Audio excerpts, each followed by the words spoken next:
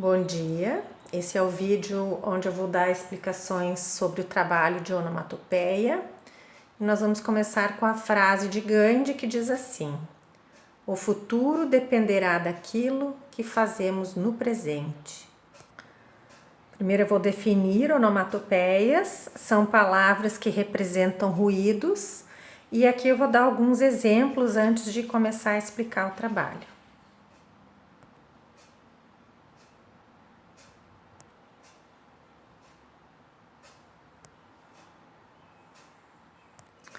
Então, vocês vão partir de uma folha com margem de 2 centímetros em toda a volta e vão começar esboçando uma onomatopeia. Vocês farão duas. Então, ela deve ser mais ou menos desse tamanho e a outra eu vou colocar então aqui. A gente faz uma letra bem encorpada. É legal fazer uma letra mão livre, ela não precisa ser alinhada, é legal que as letras sejam desarrumadas.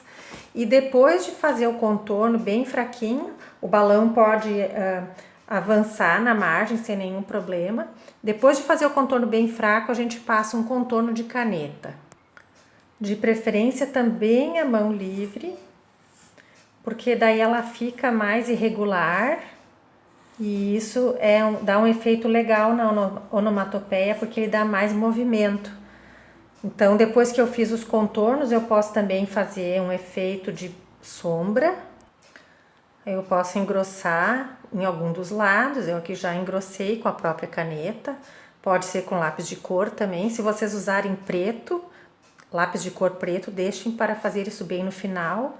E eu já apaguei o lápis, é muito importante apagar o lápis, porque se eu usar um lápis de cor amarelo, ele vai ficar manchado com o grafite. Depois disso eu posso colocar outros efeitos, outras nuvens. Fica legal colocar algumas estrelas também, espirais, bem irregulares.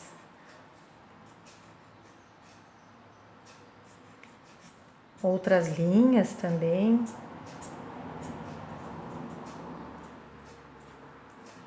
Pode ser dentro da margem, para fora da folha, não tem nenhum problema. E depois desse passo eu posso começar a pintar. Posso colocar algumas linhas por baixo ou depois por cima do lápis de cor. Aqui eu estou usando uma ponta fina, que pode ser tanto hidrocor como aqui eu estou usando uma esferográfica preta. E eu vou mostrar algumas ideias de como vocês podem usar para pintar. Vocês podem então usar canetinha, lápis de cor. Se usarem lápis de cor, podem usar tonalidades. Vejam que aqui tem mistura de tonalidades. Aqui a sombra foi feita com lápis de cor, ela é mais clara do que a própria letra. E o fundo foi pintado também num tom mais claro. Aqui tem um exemplo de tibum com água, então tem aquelas gotas respingando, uma sombra bem grossa por trás.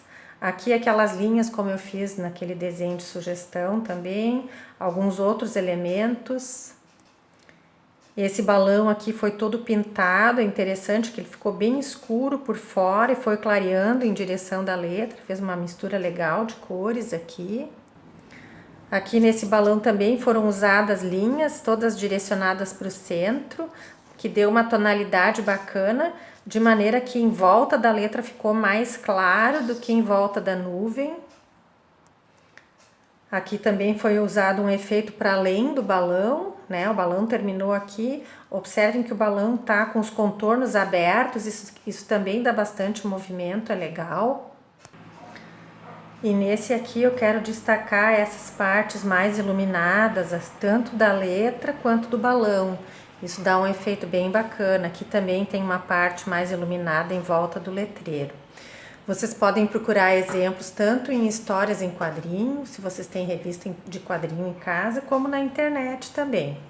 Tá? Então são duas onomatopeias numa folha com margem de 2 centímetros, colorida com lápis de cor, com canetinha, como vocês acharem mais interessante. Qualquer dúvida, estou à disposição. Um grande abraço.